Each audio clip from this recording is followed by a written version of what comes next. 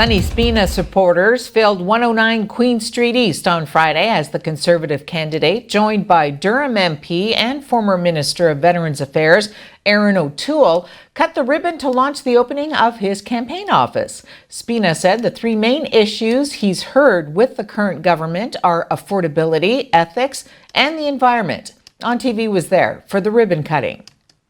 You know, we recognize that over the past couple of months, I've had the chance to talk to literally thousands of people here in Sault Ste. Marie. And there's one thing I've learned, and it's one thing I know really well, is that each person has told me that they find life more unaffordable, that they're finding it more and more difficult to make ends meet. Literally the last decade, there's been almost nobody in Sault Ste. Marie who's been involved in as many charitable causes, fundraising events.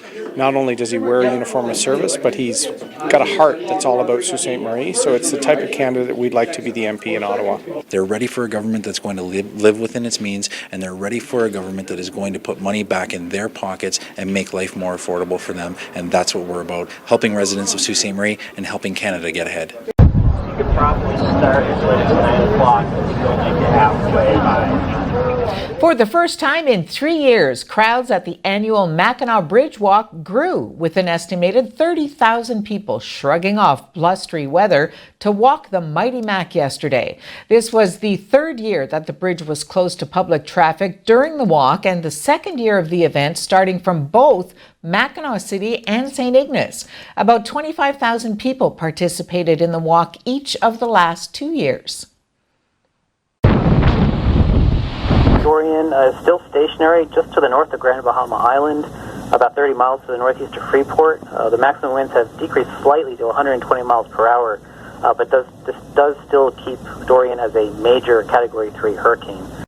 Hurricane Dorian came to a catastrophic day-long halt over the northwest Bahamas, flooding the islands of Abaco and Grand Bahama with walls of water.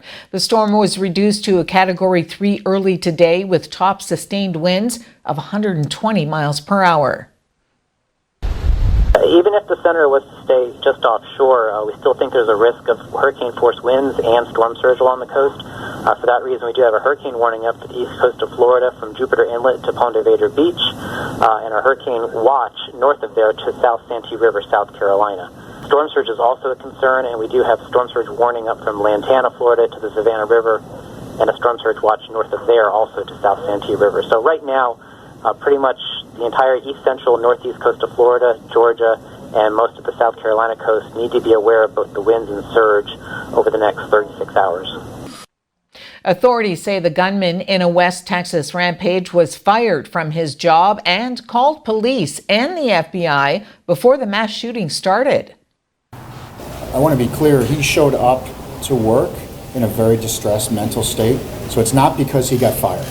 Right? This did not happen because he was fired, which other active shooters have occurred.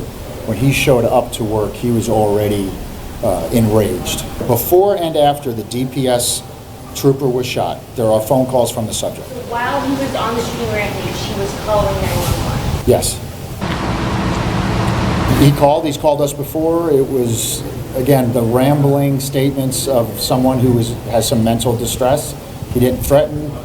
He didn't say much to help us. Come on, speak the truth. Why are you hiding, buddy? I'm not hiding. You're politically correct, man. What about Sharia, political Islam? An Ontario legislator is racking up online praise for his response to Islamophobic remarks directed at him at Muslim Fest over the weekend. A video posted online and viewed more than 250,000 times shows NDP Guratan Singh, who represents the riding of Brampton East, responding to a man's anti-Muslim remarks at the event in Mississauga. In the video, Singh tells the man that he condemns racism. Singh, who is Sikh, tweeted that he will never respond to Islamophobia with, "I am not a Muslim." He says that instead, he will stand with Muslims and say that hate is wrong. Singh's brother is federal NDP leader Jagmeet Singh, who made headlines himself in 2017 for responding to a woman's racist diatribe by saying that he supported her rights but wouldn't be deterred by hatred. Tough. I remember growing up not feeling like I had any safe spaces, and it's a tough feeling. And I know that for so many Canadians, this is a reality, that what happened to my brother yesterday is not a one-off incident.